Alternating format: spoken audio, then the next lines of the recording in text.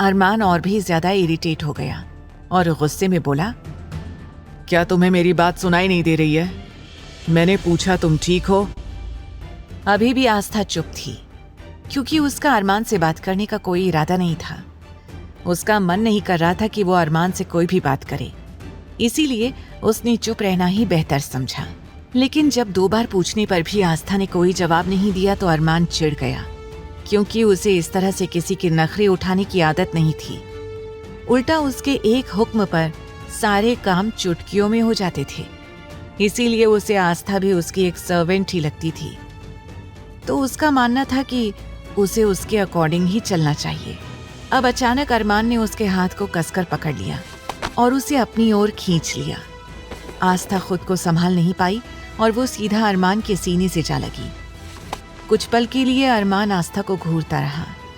आस्था को इस वक्त काफी ज्यादा दर्द हो रहा था, क्योंकि अरमान बार बार उसके हाथ के उसी जगह पर कसकर पकड़ रहा था।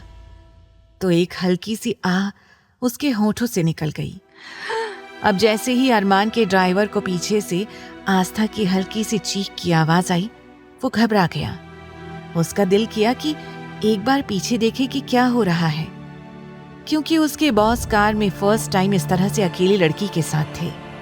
जल्दी से उसने हिम्मत करके पीछे के व्यू मिरर में देखने की कोशिश की, तो उसे 2 जलती हुई आंखें दिखाई दी। अब तो उस ड्राइवर का गला पूरी तरह से सूखने लगा और अचानक से उस ड्राइवर ने बीच रोड पर थोड़ा सा साइड करके गाड़ी रोक दी और कांपते हुए होठों से कहने लगा, माफ कर दीजिए सर, माफ कर दीजिए। ऐसा कहकर उसने गाड़ी की चाबी कार में ही लगी रहने दी और गेट खोलकर वहां से भाग गया। अरमान उस ड्राइवर को इस तरह से भागता हुआ देखकर एक सरकास्टिक स्माइल करने लगा। वहीं आस्था, जो कि दर्द में थी, अचानक से गाड़ी रुकने पर और साथ ही ड्राइवर के इस तरह से बोलने पर पूरी तरह से शॉक्ड हो गई। उसने हैरानी से कहा, ये ड्राइवर बीच सड़क पर गाड़ी छोड़कर कहाँ जा रहा है? अभी उस ड्राइवर को गए हुए 1 मिनट ही हुए थे कि तभी अरमान के गार्ड्स वाली गाड़ी में से एक गार्ड वहां आया और सीधा ड्राइविंग सीट पर बैठ गया। फिर इन्फॉर्मेशन देते हुए बोला, बॉस, उस ड्राइवर को सीधा फार्म हाउस भेज दिया गया है। अरमान के चेहरे पर बस हल्की सी स्माइल आ गई, लेकिन उसने कोई सवाल नहीं किया और फिर से आस्था की ओर देखने लगा। वहीं आस्था तो अभी तक इसी कंफ्यूजन में थी कि अचानक ये सब हुआ क्या। वो अपना दिमाग दौड़ाने लगी। इस आदमी ने क्या कहा कि उस ड्राइवर को फार्म हाउस भेज दिया गया है, और इतनी जल्दी इन लोगों ने उस ड्राइवर को पकड़ क्यों लिया? आखिरकार ड्राइवर ने गलती क्या कर दी? आस्था अभी तक इस सोच में गुम थी।